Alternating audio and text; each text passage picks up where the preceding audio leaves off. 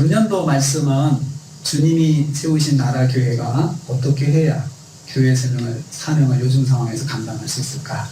이거 생각해 보는 겁니다. 작년부터 시작된 코로나 상황이 우리가 다 아는 것처럼 세상을 확 바꿔놔 버렸습니다. 사람들의 의식을 바꿔놨고 생각을 바꿔놨고 생활 패턴을 다 바꿔놔 버렸어요. 국제 질서도 바꿔놨어요. 그래서 전에 몰랐던 세상에 대해서 사람들이 알게 됐어요.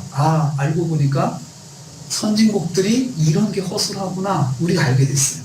알고 보니까 우리 대한민국이 이걸 잘하는구나, 우리가 참 이런 점이 있었구나 새롭게 알게 됐고, 보니까 일본이 또 보이는 것 같지만 허접하구나 라는 걸 알게 됐고, 또 유럽이나 영국, 프랑스 이런 나라들이 생각 같지 않게 이 나라들이 이렇게 좀 허술하다는 것, 그리고 국민들의 생명을 지키는 문제에 있어서 국민 전체의 의식 구조가 어떻다는 것을 알게 됐죠. 그러면서도 이 세상이 변하면서도 복음 전파의 상황도 상상 이상으로 변했습니다. 복음 전파의 상황이 상상 이상으로 변했어요. 지금 각 지역에 파송된 선교사님들이 선교를 할 수 없는 상황이 돼가지고 다 국내로 들어와 계셔요. 몇천 명의 선교사님들이 다 들어오셨어요. 가정이 다 들어온 것이죠. 근데 이분들이 참 어떻게 해야 될지 참 막막한 상황이 되었어요. 그런가 하면 아직도 남아서 목숨을 걸고 복음을 전하는 분들이 또 계셔요. 뿐만 아니고 교회는 또 국내 상황, 교회적인 상황이 교회가 사실은 세상으로부터 많이 비난을 받았죠. 집단 감염이라는 그 결과 때문에 많이 비난도 받고, 이럴 때 우리가 어떻게 해야 되는가 사실 고민도 많이 했죠.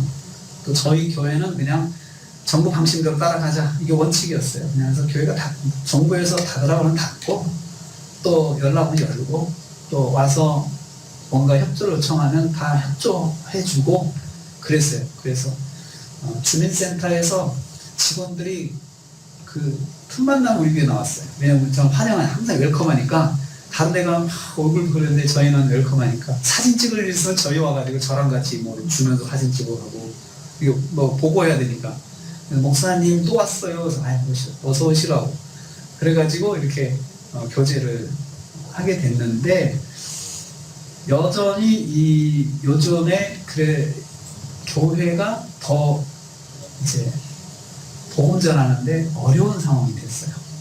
또 그리고 이 기회에 인권이라는 이름으로 소수자 권익보호다라는 그런 민영을 가지고 잘못된 법들이 끼어 들어가서 그 속에 이렇게 같이 묻어서 이렇게 들어가려고 하는 나쁜 법들이 있어요. 이런 것들이 교회가 이제 반대하면서 갈등을 하게 되죠. 왜? 전체에 대한 반대로 보이니까. 그래서 이제 이걸 빌미로 해서 반교회적인 그런 사람들이 교회를 막 공격하는 것이 더해져가지고, 거기에 코로나 상황과 이런 상황이 교회를 더 위축시키는 결과를 낳았어요. 그래서 지금은 전도하기가 참 쉽지가 않습니다. 나가서 복음 전하기 쉽지 않아요. 그런데 생각을 해봤어요. 이럴 때 우리는 어떻게 해야 될까? 그리고 하나님께서는 어떻게 하라고 우리한테 이런 상황을 던져주시는 걸까? 가끔씩 만나는 분들이, 이제 안 믿는 사람들이 제가 좀 교제를 하는데, 이분들이 목사님 혹시 코로나 언제 끝날지 하나님이 정지해 주신 거 없어요? 이렇게 물어봐요, 저한테. 그래, 하나님께서 거기에 대해서 말씀 안 하신다고. 왜 그랬어요? 코로나 언제 끝나냐고 궁금하죠. 언제 끝난다고 하나님 이야기 안 하셨어요? 막 그래. 여전히 나는 모른다. 나는 그거 모르고, 어떻든 간에 이 상황이 되면 그냥 어떻게 지혜롭게 감당할까 그렇게 고민하면 되지, 언제 끝나냐 우리가 그거 궁금하지만 모르는데 고민할 필요는 없지 않습니까 하면서 이제 웃으면서 하는데, 이런 상황에서 이제 우리는 흔히 그렇게 생각하죠. 하나님이 왜 예수 믿는데, 잘 믿는데 왜 우리한테 이런 어려움을 주실까? 교회는 하나님이 살아계신다고 하는데 왜 교회가 이렇게 궁지에 몰리게 되고 어려움을 당할까? 항상 이 질문이거든요. 세상 사람들도 왜 교회를 다니는데 저 사람은 저렇게 어려움을 당할까? 교회를 잘 다니고 예수 잘 믿는데 왜 저 사람은 저렇게 힘든 일 속에 빠지게 될까? 이게 질문을 하잖아요. 근데 우리는 그런 질문을 사람들은 그렇게 할 때 교회는 이렇게 바꿔서 설명을 해요. 그러니까 질문을 해요. 하나님께서 내게 원하시는 게 뭘까? 우리는 그렇게 질문을 해요. 이런 상황 속에서 내가 어떻게 하라는 건가 도대체? 그리고 그 답을 교회는 성경에서 찾아요. 성경에서 찾아요. 성경 읽으면서 성경 속에서 그러면 예수님은 어떻게 하셨나? 그렇게 보면서 이제 답을 찾아가죠. 제가 이번에 그런 고민을 좀 하게 됐어요. 교회 존재의 이유는 복음 전파예요. 이게 제일 먼저예요. 복음 전파. 그리고 이것은 성경이 명확하게 말씀하는 것입니다. 이런 상황에서도 복음의 사명은 놓지 않고 붙잡는 것이 교회예요. 그러니까 우리가 어려워서 교회 문을 닫을 수는 있어요. 닫을 수 있죠. 문 닫은 교회가 참 많아요. 이 동네에서도 문 닫는 교회들이 몇 교회가 있어요. 닫았어요. 뭐 어려워서 그동안 어려웠는데 코로나니까 더 궁지에 몰리니까 감당할 수 없는 거예요. 그래서 문들을 이제 닫고 목회를 그만두시겠다고 이제 그렇게도 하셨는데 그래도 그러면서 고민이 뭐냐면 우리는 어떻게 그러면 복음 전파를 감당할 수 있을까? 이게 우리 고민이에요. 반복음적 비복음적 흐름이 거세게 일어나고 있지만 그래도 우리는 그 사명을 붙잡아야 되는 거예요. 우리는 어떻게 해야 될까? 주님의 몸된 교회는 어떻게 복음 사명을 감당할 수 있을까? 그리고 다른 교회보다도 우리 교회는 그럼 어떻게 할 수 있을까? 어떻게 해야 되는가? 이제 우리는 어떻게 해야 되는가? 여기에 대한 질문을 하고 답을 찾아가기 시작했어요. 그러다 오늘 말씀을 만나게 됐어요. 오늘 말씀. 사마리아로 가신 예수님에 대한 말씀이 오늘의 말씀이에요. 사마리아. 그래서 오늘 핵심 단어는요, 사마리아예요. 사마리아. 사마리아라고 하는 지명이 핵심적인 단어 중에 하나고 오늘 지명이고, 그 다음에 또 하나, 예수님께서 사마리아로 가셨다는 것이 핵심적인 문장이에요. 두 개 가지고 오늘 말씀을 이제 묵상하려고 그래요. 사마리아라고 하는 동네에 예수님이 가셨어요. 그래서 제가 예수님께서 사마리아로 가셨는데 예수님을 우리 교회 머리라고 하시거든요. 그래서 교회 머리에서 예수님께서 사마리아로 가셨으니까 거기다 제목을 그렇게 붙였어요. 사마리아로 들어간 교회 이렇게 했어요. 그래서 그러면 우리도 사마리아로 가야 된다. 예수님께서 가셨다면 우리도 사마리아로 가야 된다. 이게 오늘 말씀의 흐름입니다. 흐름입니다. 그러면 사마리아가 어떤 곳이길래 예수님께서 사마리아로 가셨을까요? 오늘 여러분 두 번째 말씀 마태복음 10장 5절 6절 말씀에서 예수님께서 이렇게 말씀하셨어요. 거기 보면 사마리아 가지 마라 그랬어요. 그게 오늘 두 번째 말씀의 핵심이에요. 사마리아는 가지 마라. 이방인한테도 가지 마라. 그리고 이스라엘 사람한테만 가라. 그러면 여러분 사마리아가 예수님이 공개적으로 가라고 한 곳이에요? 가지 말라고 한 곳이에요? 가지 말라고 한 곳이죠. 그런데 예수님께서 자신이 가지 말라고 해놓고는 자신이 들어갔어요. 사마리아로. 이게 뭐냐 이게 도대체 이게 뭐냐? 사마리아로 가지 마라. 그러면 사마리아를 왜 가지 말라고 했을까요? 사마리아. 거기 보고 5절 말씀 이방인한테 가지 말고 사마리아한테 가지 말라. 그러면 이방인과 사마리아인이 동급이에요. 지금 동급. 같은 취급을 받는 거예요. 이방인이나 사마리아인이나 같은 취급을 받아요. 왜? 만나지 마, 접촉하지 말아야 될 대상으로 제시하고 있잖아요. 왜 그런 대접을 받냐? 역사적으로 사마리아는 원래 이스라엘의 북쪽이에요. 우리로 말하면 북한 쪽이에요. 북한 쪽. 우리 남한 북한이잖아요. 이스라엘이 솔로몬 왕 이후로 남쪽과 북쪽으로 갈라졌어요. 남쪽과 북쪽으로. 남쪽은 유다라고 있고 유다 지파. 그 유대인들, 주이시가 지금 그 남쪽에 유대인들이 남아서 주이시가 됐어요. 북쪽에 있는 사람들을 북쪽 이스라엘이라고 했어요. 이스라엘. 근데 북쪽 이스라엘은 수도가 사마리아였어요. 사마리아. 그리고 수도가 사마리아였는데 그래서 그냥 사마리아 사람은 북쪽 사람하고 동급이 됐어요. 표현을 그렇게 했어요. 그래 북한 사람, 평양 사람은 북한 사람하고 그래 비슷하게 생각하는 것처럼 그 당시에 사마리아 사람 하면은 그냥 이스라엘, 북쪽 이스라엘 사람은 사마리아 사람이었어요. 근데 이 사마리아가 이스라엘이 주전 772년에 그 아수르에게 멸망을 합니다. 아수르에게. 그런데 그 역사적인 흐름이 있는데 이스라엘이 북쪽 이스라엘 사마리아는 남쪽에는 솔로몬이 지은 성전이 있었어요. 성전이 있어가지고 성전에서 남쪽 사람은 예배를 드렸는데 북쪽 남쪽 갈라지다 보니까 딱 국경선을 쳐놓고 못 내려오고 못 올라가는 거예요. 그러니까 북쪽 사람들은 성전에 못 오잖아요. 예루살렘 성전 와서 예배를 못 드리는 거예요. 그러니까 이 사람들이 자기 나름대로 하나 성전을 만들었어요. 그게 사마리아에다가 만들었는데 그 성전이 아니고 그냥 우상센터를 만들어요. 우상센터. 그냥 우상을 만들어 놓고 그것을 하나님이라고 해놓고 섬겨서 북쪽의 신앙 전통이 돼버렸어요.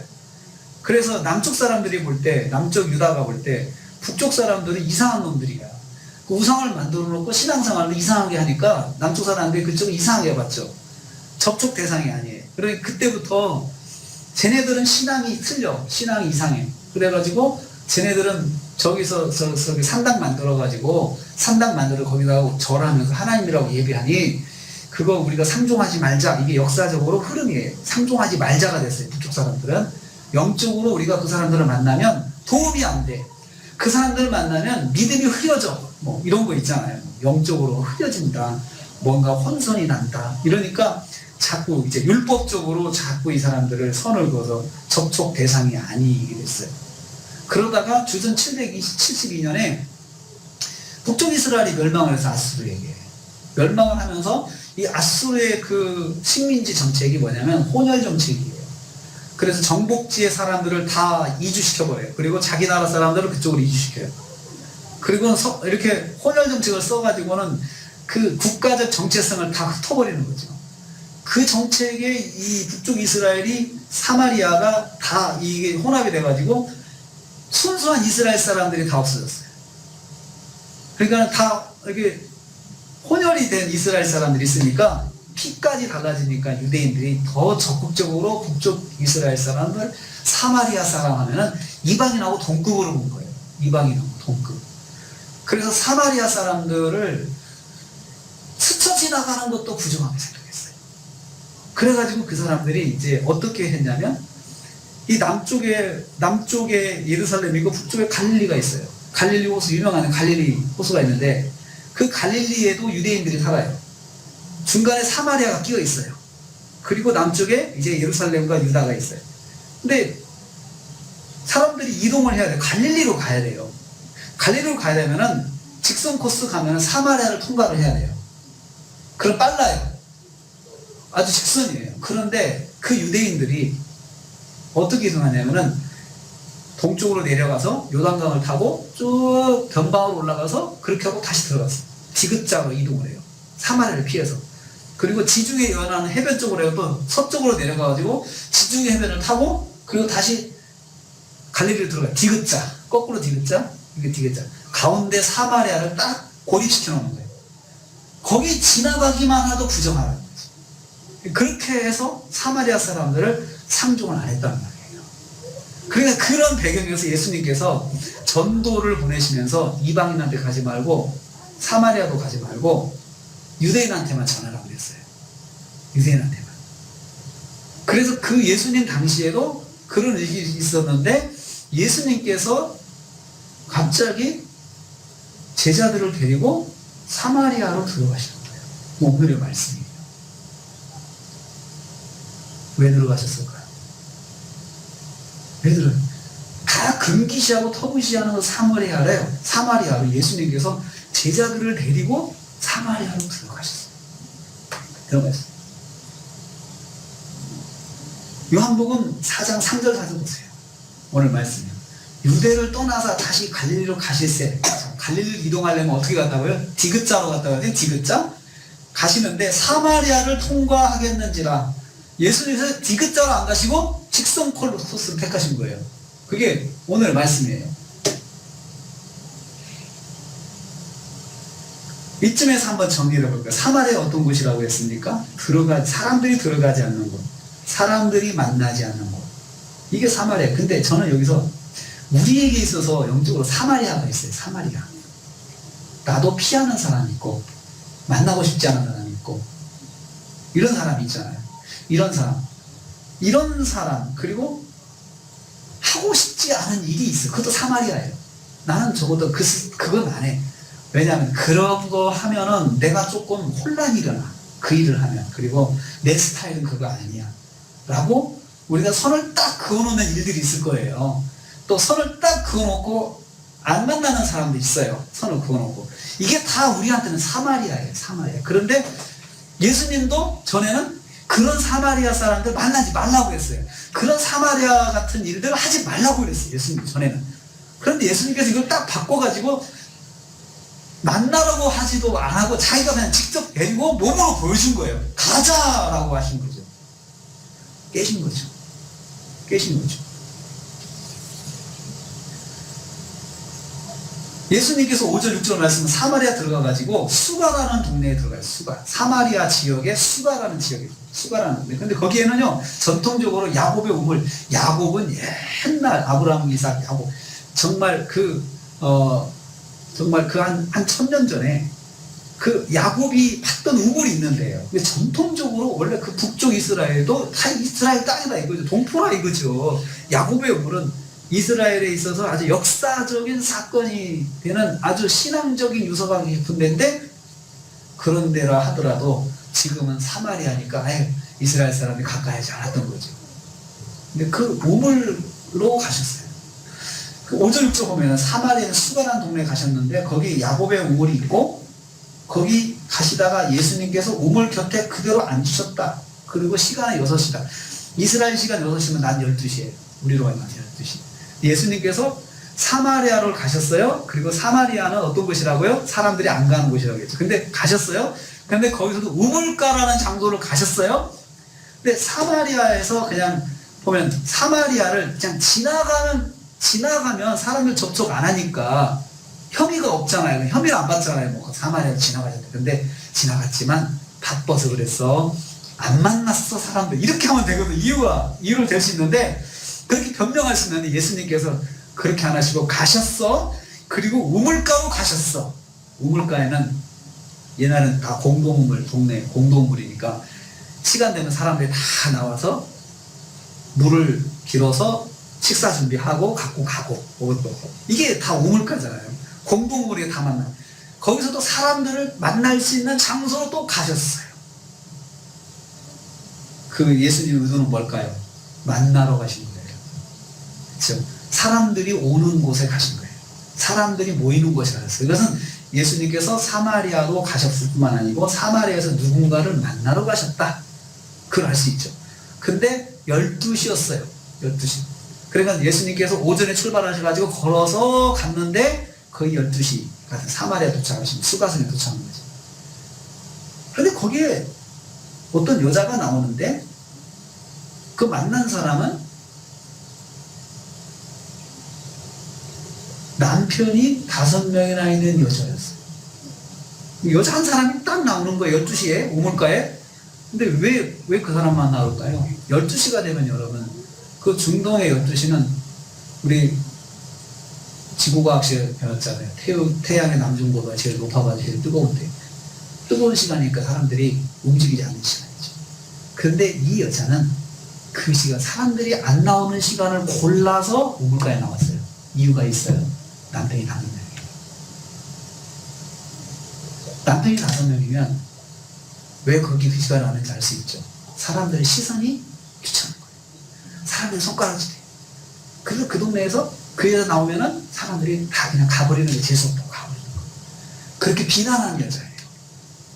그리고 그러니까 이 여자도 사람들하고 부딪히는 것도 싫고 사람들 말하는 거 싫으니까 사람들이 안 나오는 그 시간에 자기를 우물가에 나가서 뭘 준비하고 오는 거죠. 우물가에 안 나가면 되잖아요. 어떻게 생활하는 사람이 우물가에 안 나가요? 그러니까 이 우물가는 뭐냐면 정말 자기가 싫지만 어쩔 수 없이 해야 되는 일이 우물가예요. 이 여자가 정말 자기 삶이 그래서 사람들이 다 상종하지 않으려고 비난하고 욕하고 이러지만 자기는 이제 살아야 되니까 또 우물가에 가서 물을 길고 뭐 준비하는 그 일을 하는 사람인데 예수님께서 그 사람 만나러 가신 거예요. 그럼 생각해 보세요. 자, 사마리아 가면 안 된다고 그랬잖아요. 가셨어요. 근데 거기서도 좀 벽 있는 사람 만나셔야 될 거 아니에요. 근데 또 누굴 만나요? 남편이 5명이나 있는 여자, 동네 사람들이 손가락질하는 여자, 동네 사람들이 안 만나는 여자, 그 여자를 또 예수님께서 의도적으로 그 여자를 딱 만나셨어요. 어찌 그렇게 안 해야 될 일을 하시냐 이거지 예수님께서. 그런데 이 여자는 기가 막힌 신앙을 가지고 있었어요. 여자를 만나 예수님께서 예배에 대해서 대화를 나누게 되셨는데, 참으로 예배하는 자가 신령과 진정으로 예배하는 사람이라고 예수님께서 여자에게 말씀하셨어요. 예배에 대해서. 제가 성령과 진리로 예배하는 사람이 진짜 예배하는 사람이야. 이런 대화를 하시는 거예요. 예수님께서 그 여자하고. 그게 4장 전체 23절, 24절 이렇게 이어지는 거예요. 그래서 4장 24절, 25절 보세요. 이 여자가 예수님과 예배에 대한 대화를 하다가 이 여자의 믿음이 거기 나와요. 24절, 25절 보면은 여자가 이르되 메시아 곧 그리스도라는 이가 오실 줄을 내가 압니다. 그가 오시면 모든 것을 우리에게 알려줄 것입니다. 그러니까 뭐냐면 이 여자가 메시아를 알고 있고 그리스도를 알고 있고, 메시아는 히브리어, 그리스도는 히브리어가 헬라어로 바뀌면 그리스도예요. 이 뜻은 구원자라는 뜻이에요. 메시아가 히브리어로 구원자, 헬라어로 그리스도가 구원자. 그러니까 메시아 곧 그리스도가 오시면 그 예배가 이루어질 줄 생각하면 믿는다. 그러니까 자기는 뭐 한다는 거예요? 그 그리스도를 기다린다. 자기는 그 메시아를 기다린다. 그 말이거든요.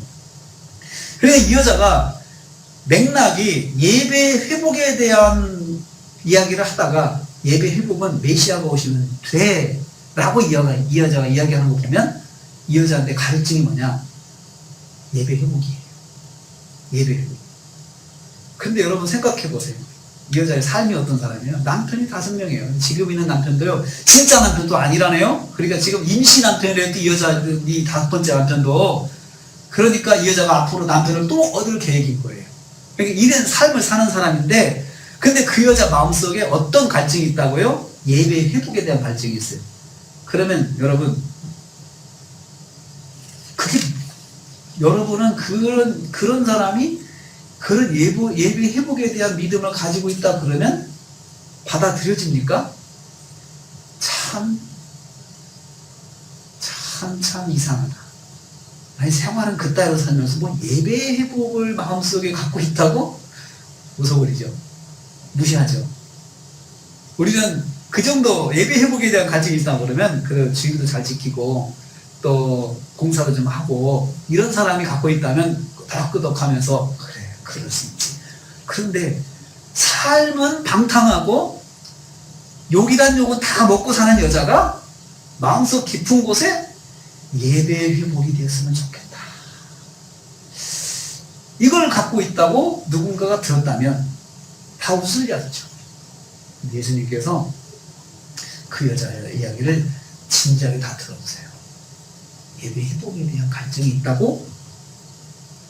메시아가 오시면 예배 회복이 된다는 게 믿고 있단 말이지. 26절 예수께서 이르시되 내가 말하는 내가 그라 하시니라. 내가 바로 네가 기다리는 메시아다. 이렇게 말씀하십니다. 그러니까 예수님께서 자신이 메시아라고 딱 직접 제시한 여자가 어떤 여자냐? 교회에서 열심히 봉사하고 철야기도 하면서 예수님을 기다린 사람이 그런 말을 들으면 뭔가 이게 다 모양새가 좋은데, 그런 여자가 아니고 그냥 자기 삶은 엉망이고 뭐 이렇게 막 동네 사람 욕먹고 지내고 살면서 마음속에 예배 회복이 됐으면 좋겠다 하는 그런 사람한테 예수님께서 딱 진지하게 내가 메시아야 이렇게 말씀하셨어요. 이 여자를 만나러 예수님께서 또 가신 거예요. 이렇게. 여러분, 저는 여기서 사마리아로 들어간 교회라는 제목을 정하게 된 게, 우리 교회가 어떻게 해야 되냐 이걸 생각을 해본 거예요. 우리 교회가. 자, 교회가 보통 뭐 하려고 그러면 좀 폼나고, 그리고 좀 이렇게 세상에서 좀 크게 소문이 나고, 뭔 일 했을 때 소문나고 이런 일을 하면 좋잖아요. 우리도. 그래서 교회 네임밸류를 쌓아가지고 전도도 잘 되고 이러면 잘만하죠. 그런데 예수님께서 지금 그 당시로 돌아가면 예수님은 절대로 그렇게 해서는 욕먹고 오히려 사람들이 비난하고, 그리고 절대로 예수님께 안 나올 그 일을 하고 계신 거예요. 지금 우리한테 바라시는 게 그거라고 저는 생각을 했어요. 자, 우리 교회도 사마리아가 있어요. 또 저나 여러분도 사마리아가 있어요.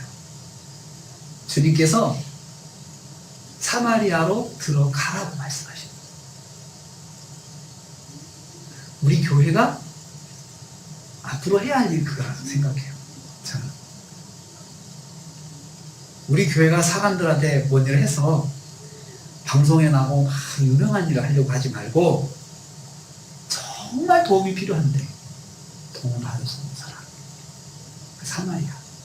이 여자는 정말 영적으로 구원이 필요한 사람이에요. 그렇죠? 이 사람이야말로 얼마나 마음이 공허하겠어요. 예배를 사모한다고 하는 것은 바로 그거예요. 이 사람에게 있어서 공허함이에요. 삶의 공허함이에요. 남자를 계속 바꿔가도 만족함이 없죠. 사람들이 욕하는 거 들어가면서 자기 만족을 위해서 정말 살지만 만족함이 없어요. 그러면서 내가 예배를 드리면 이게 되겠는데, 근데 아무도 예배에 대해서 가르쳐주는 사람 없고 아무도 예배를 인도해주는 사람도 없고, 오직 사람들이 하는 일이라는 것은 욕하는 거, 승부하지 욕하는 거. 얼마나 이 사람이 반사회적인 감정이 갖겠습니까? 제가 아는 분이 독지센터를, 그 데이케어 센터를 운영을 해요. 안양에서. 데이케어 센터를 크게 운영하는데, 거기서 이렇게 참 잘 돼요. 그런데, 어떤 공무원을 만나서 이야기를 하다가 그런 얘기 들었다고 그래요. 참 보면은, 그 데이케어 센터라는 국가에서 지원금이 거의 95% 2인당 나온대요. 그러니까 사람이 많으면 이게 돈을 벌죠. 사람이 많으면. 그러니까 규모의 경제가 이루어지는 거예요. 근데 사실 정말 한 사람 두 사람 보살피는 일은요, 손해를 보는 거예요. 그러면 그것을 누가 해야 될까요? 사람들은 경제 논리로 접근을 해요. 그것도 해서 손해보는 일을 왜 하냐라고 하지만, 교회가 자 해서 이윤을 많이 얻어서 교회가 재정이 풍성해지고, 그렇게 하면 참 도움이 되더라, 좋더라라고 해서 교회가 한다 그러면, 세상 사람들도 다 하는 그 교회가 더 숟가락 얹어가지고 그 사람들과 경쟁하게 되잖아요. 그러면 교회가 해서 유익은 개인적으로 얻겠지만 실제로 복음적인 일이라고 생각할 때 아니다 이거죠. 아니다. 사실 사람들이 손해봐서 안 하는 일을 교회가 붙잡아야 되지 않냐 이거예요. 그게 교회지 않냐. 예수님께서 그래요. 사람들이 안 가는 곳, 사람들이 안 만나는 사람을 누가 가요? 예수님이 가신 거예요. 우리한테 말씀하신 거예요. 우리가 가라는 거예요. 너희들이 어떤 일을 할 때 그 계산을 하고 하지 말고, 그 사람에게 정말 복음이 필요하냐 이걸 먼저 생각하라 이거예요. 그래서 만나라 이거예요. 그래서 붙잡아라 이거예요. 그래서 손해가 되고 계속 쏟아부어도 아무 열매도 없다, 아무 열매도 없어서 그게 정말 우리가 잘한 걸까라고 이런 생각이 들지만, 그런 계산하지 말라 이거예요. 그 사람에게 복음이 전해지고 예수님을 그 사람이 알게 되느냐, 그게 우선 제일 중요하다는 거죠. 그게 중요해요. 돈이 계속해서 부어져서 우리 교회가 손실을 보냐 안 보냐, 이것은 그게 중요한 게 아니에요. 예수님께서 그 예수님의 이름에 먹칠이 되는 일을 하시면서 내 이름이 먹칠이 온다, 내 이름이 내 평판이 나빠진다, 이거 절대 신경 안 쓰셨어요. 그 사람에게 생명이 필요한 사람이다, 그 사람에게 복음이 필요한 사람이다 라고 하는 예수님께서 찾아가신 거예요.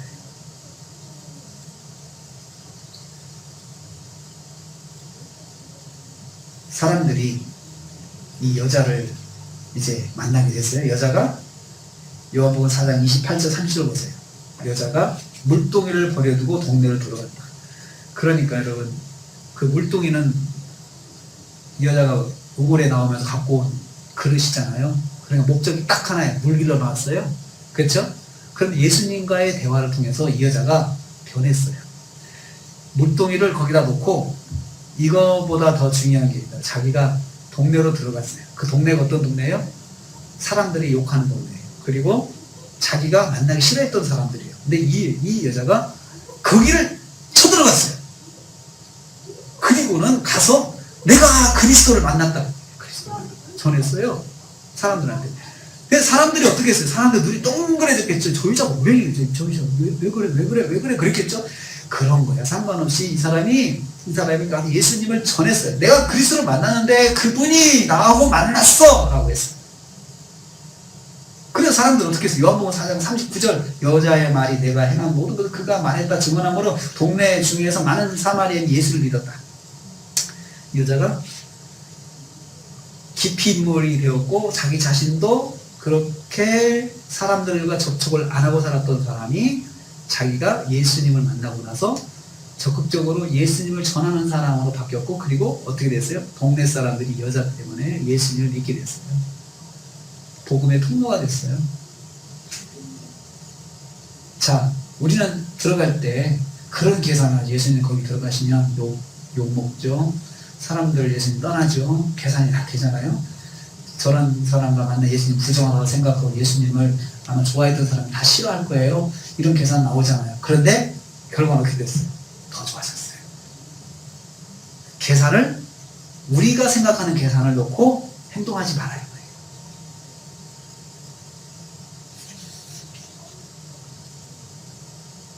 시간을 쓰고 우리의 물질을 쓰고 체력을 소모하더라도 복음 전파의 사명을 감당할 수 있다면 우리도 사마리아로 가야 합니다. 네. 주님께서 사마리아로 가셨기 때문입니다. 주님께서 남편의 5이나 있는 여자를 만나셨기 때문입니다. 그럴 때 아무도 상상하지 않았던 일이 일어났습니다. 그 여자가 복음을 전하는 씨앗이 되었고 그 동네 전체가 사마리아 지역의 복음의 씨앗이 되었습니다. 혹시 우리도 선입견을 가지고 제안하고 고개를 돌리는 곳이 있습니까? 선입견을 가지고 만남을 거부하는 사람들이 있으니까 그곳이 바로 나의 사마리아입니다. 그 사람이 바로 나의 사마리아입니다. 우리는 그리스도인입니다. 그리스도인은 예수님을 따르는 사람들입니다. 예수님께서 사마리아로 가셨다면 우리도 사마리아로 가야 하지 않겠습니까? 주님께서 그런 사람을 만나셨다면 우리도 그런 사람을 만나야 하지 않겠습니까?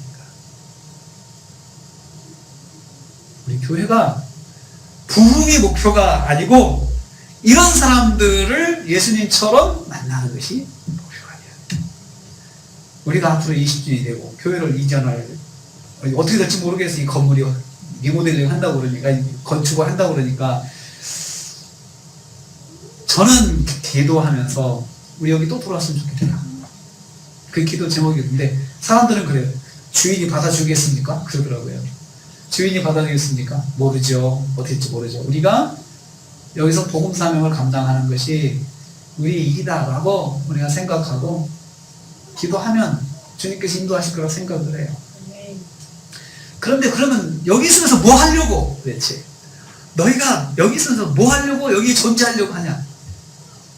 우리의 사마리아를 감당하자는 거예요. 우리가 그거 해가지고 교회가 돈을 많이 벌어가지고 건물도 짓고 건물도 사고 그랬대. 이런 이야기 들으면은 여러분 세상과 똑같아요. 교회가 그거에서 얼마나 힘든데도 교회가 붙잡았어. 그런데 그래도 그 교회가 그걸 하더라. 사람들이 알아주지 않는데도. 그런 교회가 되어야 됩니다. 그래서 우리가 우리의 사마리아를 우리도 찾아가야 합니다. 저 기도 제목이 생겼어요. 하나님, 우리한테 사마리아를 알려주세요. 우리가 가야 할 사마리아를 알려주세요. 그리고 또 하나, 하나님, 우리가 만나야 할 사마리아인을 가르쳐주세요. 그걸 위해서 우리도 가고 싶습니다. 한번 따라 하시겠습니다. 사마리아로 간 교회. 사마리아로 간 교회. 예. 우리 한번 잠깐 이제 기도하려고 합니다. 이 말씀 생각하면서 기도를 잠깐 하시죠. 묵상하면서 기도하세요. 크게 뭐 안 해도 돼요. 가만히 한번 기도를 해보십시오. 주님, 나의 사마리아가 어디입니까? 알려주세요. 주님, 나의 사마리아로 나도 가게 해주십시오. 나에게 있어서 사마리아인이 누굽니까? 정말 내가 만나고 싶지 않은 사람, 말하고 싶지 않은 사람, 예수 믿으라고 말하기도 참 거북스러운 사람, 이런 사람이 누굽니까? 주님, 우리 나라교회의 사마리아는 또 어디입니까? 주님, 나라교회도 사마리아로 달려가게 하옵소서. 우리 잠깐 한번 기도해 보겠습니다. 주님, 나의 사마리아가 어디입니까? 이 시간 알려주세요. 주님, 나의 사마리아 나도 가게 해주시옵소서. 우리 나라 교회의 사마리아는 어디입니까? 우리 나라 교회도 사마리아로 달려가는 교회가 되게 하옵소서. 그래서 복음의 사명을 감당할 줄 아는 우리 나라 교회가 되게 해주시옵소서. 우리가 크게 되고 뭔가 자산을 많이 가지는 교회가 아니고, 그것이 아니고 정말 우리가 사마리아로 달려가서 생명의 복음을 전하는 헌신했던 나라 교회, 그런 교회가 되게 해주시옵소서. 내가 누군가를 주님께서 만나고 또 내게 마음에 가져오셨을 때 내가 꺼리지 않고, 여러 가지 선행교로 꺼리지 않고 가서 만나고 전하는 사람이 되게 해주옵소서. 우리도 주님처럼 사마리아로 가는 교회가 되게 하옵소서. 예수님의 이름으로 기도하옵나이다. 지금은 교회 머리가 되신 우리 주님 예수 그리스도의 은혜와 하나님 아버지의 말로 닿을 수 없는 사랑하심과 성령님의 감동, 교통, 충만히 이루하시니 우리도 사마리아로 달려가게 해라라고 기도하면서 주님처럼 떠난 성도들 머리 위에, 가정과 생활 위에, 그리고 관계된 모든 기관들이 함께하지 못했지만 여러 곳에 흩어진 우리 형제 자매들 위해, 그리고 우리나 대한민국 위해, 선교사님들 가정과 사역 위해, 그리고 우리 교회 19주년을 맞이해서 우리의 비전을 다시 세우고 주님께서 원하시는 곳으로 달려가기 원하는 성도들 머리 위에, 가정과 생활 위에 지금부터 영원토록 함께 있을지어다. 아멘.